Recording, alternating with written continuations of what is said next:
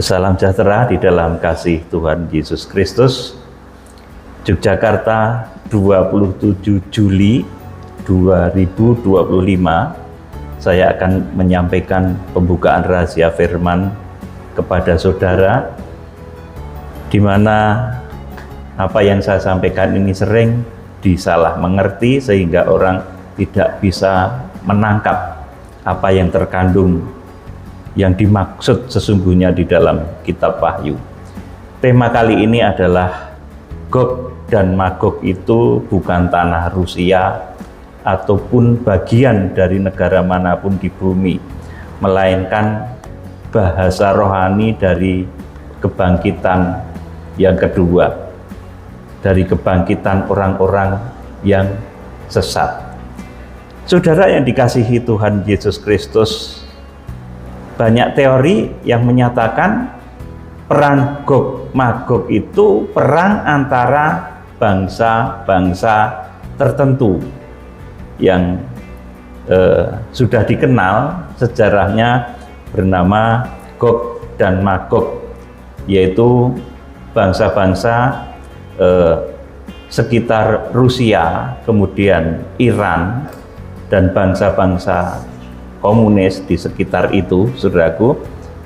Dan ini pun mengambil rujukan dari kitab suci, yaitu kitab Nabi Yeskiel pasal 38 dan juga 39, yang mengidentifikasikan Mesek dan Tubal. Itu Mesek itu daerah Rusia, Moskow, Ukraina, dan negara-negara sekitarnya. Kemudian Tubal itu sekitar Turki atau juga Kaukasia dan sekitarnya, saudaraku. Nah, banyak yang menerjemahkan bahwa Gog dan Magog itu peperangan yang melibatkan negara itu kemudian menyerang Israel, saudaraku. Padahal perang Gog Magog itu sama sekali jauh dari pengertian itu, saudaraku. Jauh.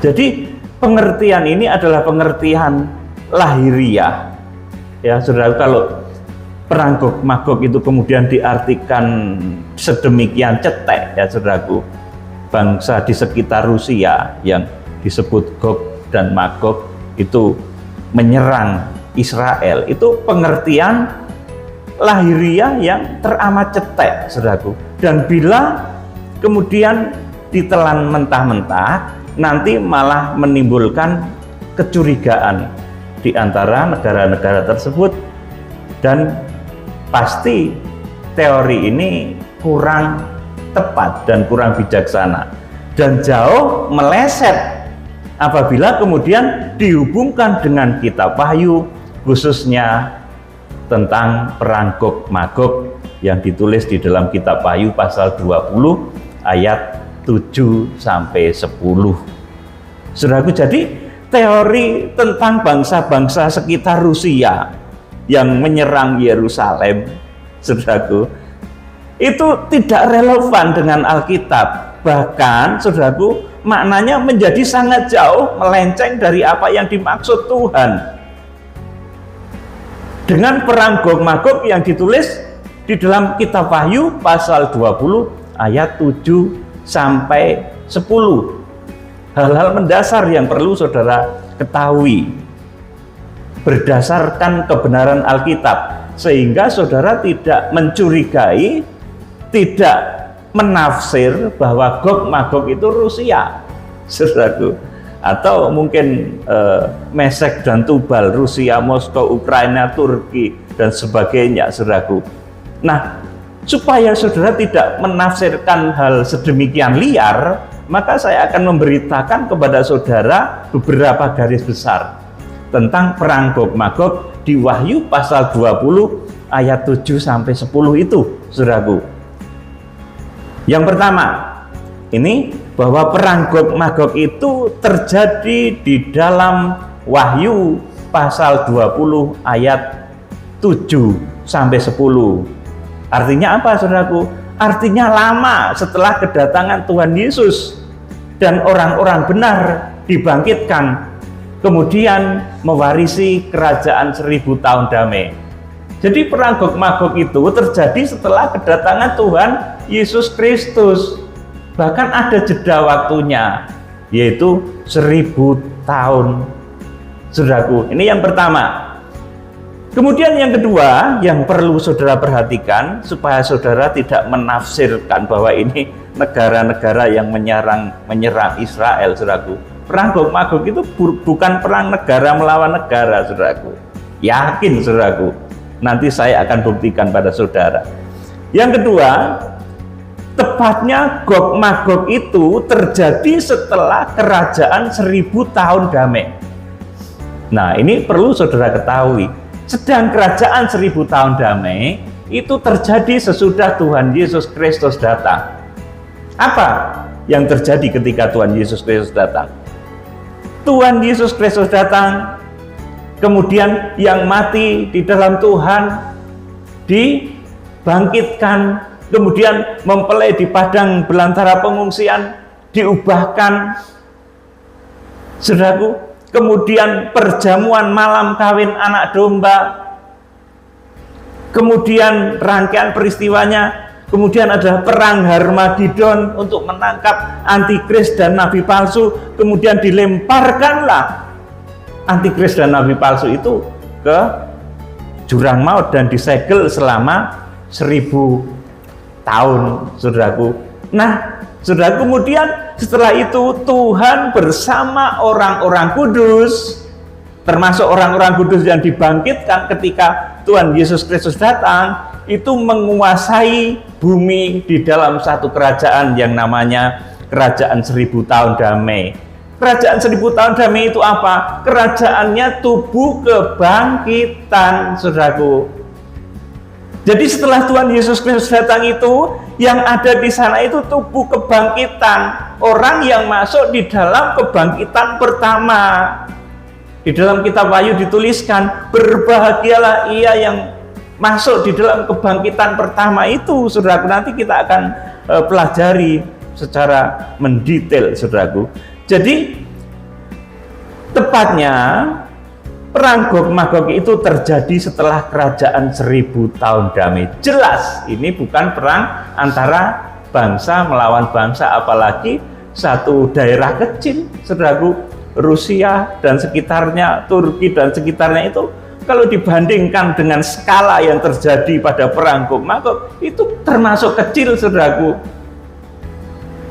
Di dalam perang Gog Magog itu nanti seluruh tentara itu akan keluar, saudaraku, dari dalam bumi, saudaraku. Nanti kita akan baca ayatnya, saudaraku. Jadi saudara, supaya menjadi lebih jelas. Kemudian yang ketiga, supaya saudara tidak mengartikan, menafsirkan bahwa Gog Magog itu perangnya antara negara dengan negara. Gog Magog itu simbol dari kebangkitan orang-orang yang tersesat. Jadi kalau kebangkitan orang-orang kudus adalah orang-orang yang dibangkitkan ketika Tuhan Yesus Kristus datang, kemudian mewarisi kerajaan 1000 tahun damai, kemudian mereka memerintah bersama-sama Kristus menjadi raja. Ditulis di dalam satu ayat seperti itu, saudaraku. Dan dikatakan juga, berbahagialah mereka yang masuk di dalam kebangkitan yang pertama ini. Dikatakan seperti itu. Nah, perang Gog Magog itu simbol dari kebangkitan orang-orang yang tersesat, yang kemudian roh arwahnya itu, saudaraku, dipakai, dipengaruhi iblis untuk melakukan peperangan pamungkas, peperangan besar-besaran antara tubuh kebangkitan orang-orang sesat melawan tubuh kebangkitan orang-orang kudus. Itulah sebabnya setelah perang Gog Magog itu bencananya lebih besar daripada bencana nuklir. Kalau nuklir, mungkin saudaraku, yang hancur mungkin bumi saja, saudaraku. Bumi pun nggak bisa semuanya, saudaraku. Tetapi kalau di dalam perang Gog Magog itu nanti langit bumi itu sampai tidak bisa ditemukan unsur-unsurnya lagi, karena begitu dahsyatnya peperangan tubuh kebangkitan ini, saudaraku. Tubuh kebangkitan itu dahsyat, saudaraku, luar biasa, saudaraku. seperti tubuh kebangkitannya Tuhan Yesus itu, dia bisa nampak, tapi dia juga bisa menghilang. Dia bisa makan, saudaraku, dia bisa minum juga, saudaraku, bisa disentuh juga, tapi bisa menghilang. Dahsyat. Makanya tubuh kebangkitan itu nanti sekalipun bumi sudah rusak, nanti akan mampu merestorasi bumi dengan kekuatannya yang besar sehingga bumi menjadi baik lagi selama 1000 tahun damai. Lah tinggal perintah kalau tubuh kebangkitan itu nggak pakai traktor, saudaraku, untuk merestorasi bumi, tidak pakai alat-alat berat, bego, traktor dan lain sebagainya, itu tidak diperlukan oleh tubuh kebangkitan. Saudara yang dikasih Tuhan, jadi yang ketiga yang mesti saudara perhatikan, Gog Magog itu simbol dari kebangkitan orang-orang yang tersesat atau kebangkitan yang kedua. Maka saudara kalau mencari di dalam Alkitab, tidak pernah dituliskan di mana letak kebangkitan yang kedua. Sedangkan kebangkitan yang pertama itu ditulis dalam Alkitab. Saudaraku, nah inilah yang disebut dengan pasukan yang secara rohani disebut pasukan Gog Magog, yang nanti akan mengepung orang-orang yang dikasihi, mengepung Tuhan Yesus dan orang-orang yang mewarisi kerajaan 1000 tahun damai itu. Ini yang ketiga. Kemudian yang keempat, supaya saudara itu tidak menafsirkan bahwa Gog Magog itu negara melawan negara atau negara melawan Israel begitu, saudaraku. Gog Magog itu bukan perang tubuh darah dan daging yang melibatkan senjata, alutsista, senjata kimia, senjata pemusnah massal, ataupun nuklir. Perhatikan ya ini. Jadi Gog Magog itu bukan perang tubuh darah dan daging yang melibatkan senjata, alutsista, senjata kimia, senjata pemusnah massal, ataupun nuklir, saudaraku. Sebab ketika pasukan Gog Magog ini bangkit, naik dari seluruh dataran di bumi, dikatakan begitu. Bangkitnya orang-orang yang tersesat itu bukan dikatakan sebagai bangkit, tetapi dibahasakan di dalam kitab Wahyu pasal yang ke-20, saudaraku, itu sebagai naik di seluruh dataran bumi. Maka bumi sedang dalam keadaan waktu itu damai, di mana Tuhan Yesus sebagai raja dan orang-orang yang dibangkitkan ketika Tuhan Yesus Kristus datang itu juga memerintah sebagai raja di bumi selama 1000 tahun. Dan di akhir 1000 tahun inilah kemudian terjadi kebangkitan orang-orang jahat, kebangkitan orang-orang sesat. Itu digambarkan mereka itu naik di seluruh dataran bumi. Jadi bukan cuma di Rusia, bukan cuma di Turki atau daerah-daerah sekitar Rusia, bukan, saudaraku, tapi nanti akan naik dari seluruh dataran di bumi. Tubuh-tubuh kebangkitan dari orang-orang yang tersesat tadi. Ini yang keempat. Saudara yang dikasihi Tuhan Yesus Kristus, kemudian yang kelima yang patut saudara ketahui supaya saudara bisa mengerti bahwa perang Gog Magog itu bukan perangnya negara melawan negara atau negara melawan Yerusalem, tidak, saudaraku, tetapi adalah satu perang yang dahsyat, perang tubuh kebangkitan antara orang-orang kudus yang mewarisi kerajaan 1000 tahun damai dengan tubuh kebangkitan orang-orang sesat yang dibangkitkan di akhir kerajaan 1000 tahun damai. Yang kelima, perang Gog Magog itu akibatnya sangat fatal. Tidak hanya menghancurkan bumi, tetapi membuat langit bumi lenyap dan tidak ditemukan lagi tempatnya. Ini akibat dari perang Gog Magog.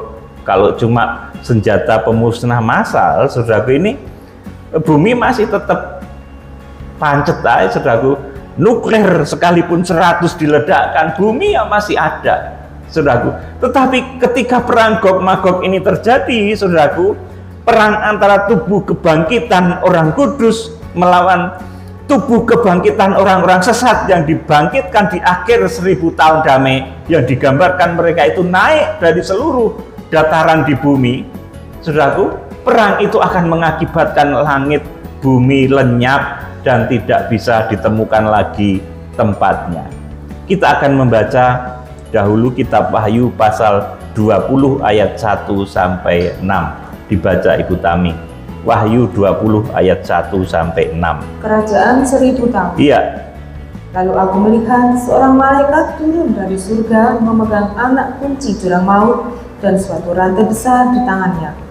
Ia menangkap naga si ular tua itu, yaitu iblis dan Satan, dan ia mengikatnya 1000 tahun lamanya. Iya. Lalu melemparkannya ke dalam jurang maut dan menutup jurang maut itu dan memeteraikannya di atasnya, supaya ia jangan lagi menyesatkan bangsa-bangsa sebelum berakhir masa 1000 tahun itu.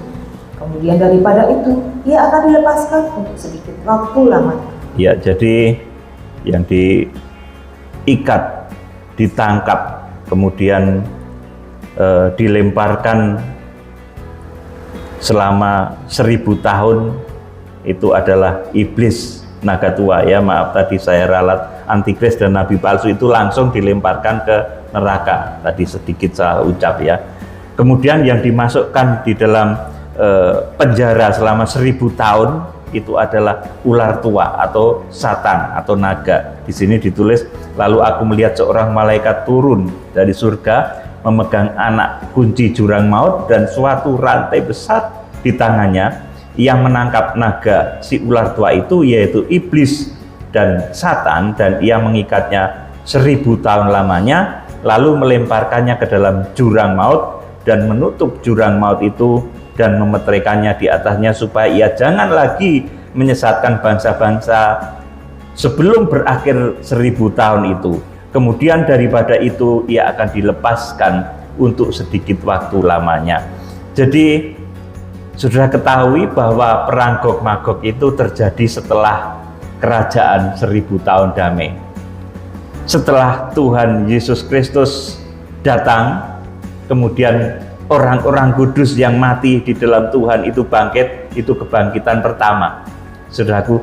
Kemudian orang-orang yang diungsikan di padang belantara pengungsian diangkat hidup-hidup.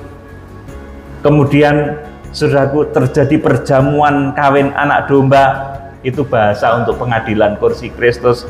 Dan kemudian yang selanjutnya terjadi perang Harmagedon. Perang Harmagedon ini pun bukan perang antara negara melawan negara, tetapi antara raja-raja di bumi yang sudah dirasuk oleh iblis, yang dikatakan menyerupai kata, roh-roh yang menyerupai kata itu merasuki raja-raja di bumi sehingga sengaja melawan Tuhan Yesus. Ini sing jenenge Tuhan Yesus, tak lawani, begitu saudaraku. Nanti akan ada arus seperti itu, dan itu nanti akan berkumpul dalam satu tempat yang di dalam bahasa Ibrani disebut sebagai Harmagedon. Saudaraku yang dikasihi Tuhan, jadi perang Gog Magog itu terjadinya adalah setelah tubuh-tubuh semua orang-orang kudus itu sudah ada di dalam tubuh kebangkitan. Saudaraku, jadi ini perangnya tubuh kebangkitan, bukan perangnya Rusia melawan Yerusalem, bukan perangnya Turki melawan Yerusalem. Sudah tidak begitu lagi konsepnya, saudaraku. Ini perangnya tubuh kebangkitan melawan tubuh kebangkitan, yang mengakibatkan sesuatu yang begitu dahsyat. Saudara, yuk dibaca ayat yang ke-4, perhatikan baik-baik. Lalu aku melihat tahta-tahta dan orang-orang yang duduk di atasnya. Kepada mereka diserahkan kuasa untuk menghakimi. Aku juga melihat jiwa-jiwa mereka yang telah dipenggal kepalanya karena kesaksian tentang Yesus dan karena firman Allah, yang tidak menyembah binatang itu dan patungnya, dan yang tidak juga menerima tandanya pada dahi dan tangan mereka. Dan mereka hidup kembali dan memerintah sebagai raja bersama-sama dengan Kristus untuk masa 1000 tahun. Ya, jadi orang-orang yang mati itu dibangkitkan dan kemudian mewarisi hadiah utama, saudaraku, pemberian Tuhan yang disebut sebagai kerajaan 1000 tahun damai. Ayat yang kelima, Tetapi orang-orang mati yang lain tidak bangkit sebelum berakhir masa yang 1000 tahun itu. Inilah kebangkitan pertama. Amin. Jadi orang yang dibangkitkan dalam kerajaan 1000 tahun damai itu adalah orang-orang yang selamat. Orang-orang yang akan memerintah di bumi bersama Tuhan Yesus Kristus. Tetapi orang-orang sesat yang lain itu enggak bangkit, saudaraku. Bangkitnya kapan? Ketika perang Gog Magog, yang digambarkan nanti kebangkitan mereka itu, saudaraku, itu mereka akan naik dari seluruh dataran di bumi. Nah, makanya di Alkitab ini nggak ditulis mana kebangkitan keduanya, saudaraku. Tetapi kebangkitan pertama ditulis. Di sini ditulis, saudaraku. Tetapi orang-orang mati yang lain tidak bangkit sebelum berakhir masa yang 1000 tahun itu. Inilah kebangkitan pertama. Jadi orang-orang yang mewarisi kerajaan 1000 tahun damai bersama Tuhan Yesus itu adalah orang-orang benar, orang-orang kudus. Ya, saudaraku. Kemudian orang-orang yang bangkit di dalam peristiwa perang Gog Magog yang dikatakan kebangkitan mereka itu laksana, mereka itu naik dari seluruh dataran di bumi, itu adalah kebangkitan orang-orang yang tersesat, yang nanti kemudian timbul peperangan dahsyat antara tubuh kebangkitan orang benar, Tuhan Yesus bersama orang-orang kudus di kerajaan 1000 tahun damai, melawan orang-orang sesat yang kemudian dihasut oleh iblis. Karena memang pengikutnya iblis itu, saudaraku, mereka yang naik dari seluruh dataran di bumi itu, saudaraku, dan terjadilah perang yang dahsyat yang namanya perang Gog Magog. Ayat yang ke-6, Berbahagia dan kuduslah ia yang mendapat bagian dalam kebangkitan pertama itu.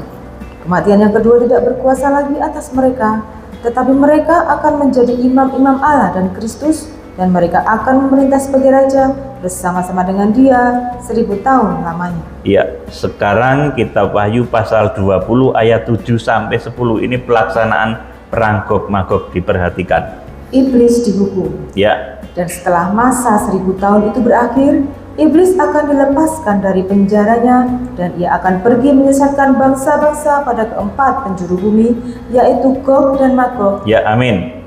Ini dikatakan, dan ia akan pergi menyesatkan bangsa-bangsa pada keempat penjuru bumi. Kalau Gog Magog saja itu secara hurufiah itu bukan keempat penjuru bumi, itu bagian utara saja dari bumi, saudaraku. Tetapi iblis ini ternyata mempengaruhi mereka dari keempat penjuru bumi. Orang-orang yang sesat tadi, yang mereka sedang naik, sedang bangkit, kan nggak ditulis tentang kebangkitan yang kedua, kebangkitan orang-orang sesat. Nah, bangkitnya itu di sini, saudaraku. Diulangi ayat 8. Dan ia akan pergi menyesatkan bangsa-bangsa pada keempat penjuru bumi, yaitu Gog dan Magog, dan mengumpulkan mereka untuk berperang, dan jumlah mereka sama dengan banyaknya pasir di laut. Iya, banyak sekali. Terus, Maka naiklah mereka ke seluruh dataran bumi. amin. Ini bahasa untuk kebangkitan orang-orang sesat. Maka naiklah mereka ke seluruh dataran bumi. Kalau Gog Magog kan enggak, cuma bagian utara dari benua Asia dan benua Eropa, saudaraku. Tetapi saudaraku, di dalam perang Gog Magog yang dimaksud Tuhan Wahyu pasal 20 ini adalah, saudara, ketika nanti orang-orang yang tidak benar itu mereka dibangkitkan, saudaraku, kemudian mereka dihasut oleh iblis, dan kebangkitan orang-orang sesat itu digambarkan bukan bangkit, saudaraku. Maka naiklah mereka ke seluruh dataran di bumi. Jadi naik ke seluruh dataran di bumi. Dari mana mereka? Ya dari alam kubur, saudaraku. Mereka naik ke seluruh dataran di bumi dari yang disebut alam kubur, saudaraku. Terus, Lalu mengepung perkemahan tentara orang-orang kudus dan kota yang dikasihi itu. Tetapi dari langit turunlah api menghanguskan mereka, dan iblis yang menyesatkan mereka dilemparkan ke dalam lautan api dan belerang, yaitu tempat binatang dan nabi palsu itu, dan mereka disiksa siang malam sampai selama-lamanya. ya, sekarang langsung Wahyu pasal 20 ayat 11 sampai 15. Hukuman yang terakhir. Lalu aku melihat suatu tahta putih yang besar dan Dia yang duduk di atasnya. Dari hadapannya lenyaplah bumi dan langit dan tidak ditemukan lagi tempatnya. Ini tidak dituliskan penyebabnya kenapa langit bumi lenyap. Tapi sebelum itu masih ada hitungan waktu 1000 tahun. Artinya langit dan bumi masih ada dan belum lenyap, saudaraku. Tetapi semenjak Wahyu pasal 20 ayat 11 ini, langit bumi tidak ditemukan lagi tempatnya. Sebabnya apa, saudaraku? Ini tidak dijelaskan. Inilah akibat dari kedahsyatan perang Gog Magog, tubuh kebangkitan orang kudus melawan tubuh kebangkitan orang-orang yang tersesat. Saudaraku, ini terjadi nanti di akhir kerajaan 1000 tahun damai. Nah, selama kita memakai tubuh seperti ini, saudaraku, kita menunggu kedatangan Tuhan Yesus Kristus, itu Gog Magog itu belum akan terjadi, saudaraku. Benar, saudaraku, belum akan terjadi. Nah, kalau perang dunia mungkin terjadi, saudaraku, atau Harmagedon jelas terjadi, saudaraku. Tetapi Gog Magog itu belum terjadi sebelum saudara mengenakan tubuh kebangkitan. Jadi perang Gog Magog itu nggak akan terjadi sebelum saudara mengenakan tubuh kebangkitan. Sebelum saudara mewarisi kerajaan 1000 tahun damai. Ayo dibaca lanjut. Dan aku melihat orang-orang mati, besar dan kecil, berdiri di depan tahta itu. Lalu dibuka semua kitab. Dan dibuka juga sebuah kitab lain, yaitu kitab kehidupan. Dan orang-orang mati dihakimi menurut perbuatan mereka berdasarkan apa yang ada tertulis di dalam kitab-kitab itu. Ya, mengenai hal ini akan saya jelaskan pada kesempatan yang lain. Terus, maka laut menyerahkan orang-orang mati yang ada di dalamnya, dan maut dan kerajaan maut menyerahkan orang-orang mati yang ada di dalamnya, dan mereka dihakimi masing-masing menurut perbuatannya. 14. Lalu maut dan kerajaan maut itu dilemparkanlah ke dalam lautan api. Itulah kematian yang kedua, lautan api. Terus, Dan setiap orang yang tidak ditemukan namanya tertulis di dalam kitab kehidupan itu, ia dilemparkan ke dalam lautan api itu. amin. Saudaraku, jadi sudah menjadi jelas sekarang bahwa perang Gog Magog itu bukan perang manusia darah daging, tetapi perang ketika kita sudah mengenakan tubuh kebangkitan, dan terjadinya adalah setelah usai kerajaan 1000 tahun damai. Saudara, saya akan pesan sedikit di akhir khotbah saat ini, bahwa kita harus memberikan tubuh jiwa roh kita ini dipimpin oleh Roh Kudus, ya saudaraku. Kemarin baru saya terangkan bahwa tubuh kita ini bait Allah. Kalau dahulu Roh Kudus, Roh Elohim itu bersabda itu di atas tutupan grafirat dan di antara dua kerub, saudaraku. Tetapi sekarang Roh Kudus itu bersabda di dalam pikiran dan hatimu yang sudah dipercik oleh darah Kristus. Makanya saya sampaikan satu hal di mana saudara harus hati-hati. Di akhir zaman itu akan banyak orang yang kesurupan tapi nggak sadar siapa yang menunggangi itu. Saudaraku, bahwa dari pikiran dan hatinya itu ada suara lain, dan ternyata itu bukan suara Roh Kudus, saudaraku. Nah, itu yang disebut sebagai kesurupan, saudaraku. Di akhir zaman akan ada seperti itu. Saudara ngerti nggak satu ayat yang ini menggambarkan satu pendurhakaan di akhir zaman, bahwa nanti pendurhaka itu akan duduk di bait Allah dan menyatakan diri sebagai Allah.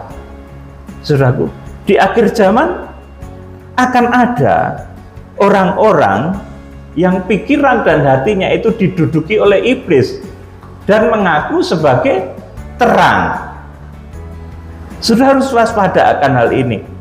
Jadi saya kurang begitu respect ya dengan kalau ibadah kemudian kayak kesurupan-kesurupan, itu tidak baik, saudaraku. Karena ibadah yang dikenan oleh Roh Kudus itu adalah ibadah yang berpola tabernakel, ibadah yang tertib, ya saudaraku. Orang yang dikuasai, dipenuhi oleh Roh Kudus itu perilakunya tertib. Saudaraku, sopan. Kalau saudara berhadapan dengan raja saja, tentunya sikapnya baik, apalagi saudara berhadapan dengan raja maha besar, tentunya saudara juga pasti memiliki sikap yang baik, yang benar, yang kudus. Jadi sekali lagi di akhir zaman itu akan terjadi bahwa si pendurhaka itu dia akan duduk di bait Allah dan menyatakan diri sebagai Allah. Itu secara umum, secara makro itu menunjuk pada antikris yang nanti duduk di bait Allah di Yerusalem, di bait Allah yang ketiga ketika masa antikris terjadi. Tetapi secara pribadi itu menduduki hati manusia-manusia akhir zaman. Banyak manusia akhir zaman itu yang akan kesurupan rohnya antikris itu, dan dia mengaku Allah, mengaku dari tabut. Saudaraku, padahal yang berhak berbicara dari atas tabut itu cuma Roh Kudus. Saudara perhatikan baik-baik ya, ini supaya saudara jangan sampai tergelincir, karena memang muslihat iblis itu begitu rapi ya, sehingga manusia sulit kadang untuk membedakannya. Makanya dikatakan juga ada ajaran Isabel, ada ajaran seluk-beluk iblis, saudaraku. Nah, saudara sebagai orang-orang yang mengerti pengajaran firman harus cermat akan hal ini, bisa membedakan roh. Kiranya Tuhan Yesus Kristus memberkati.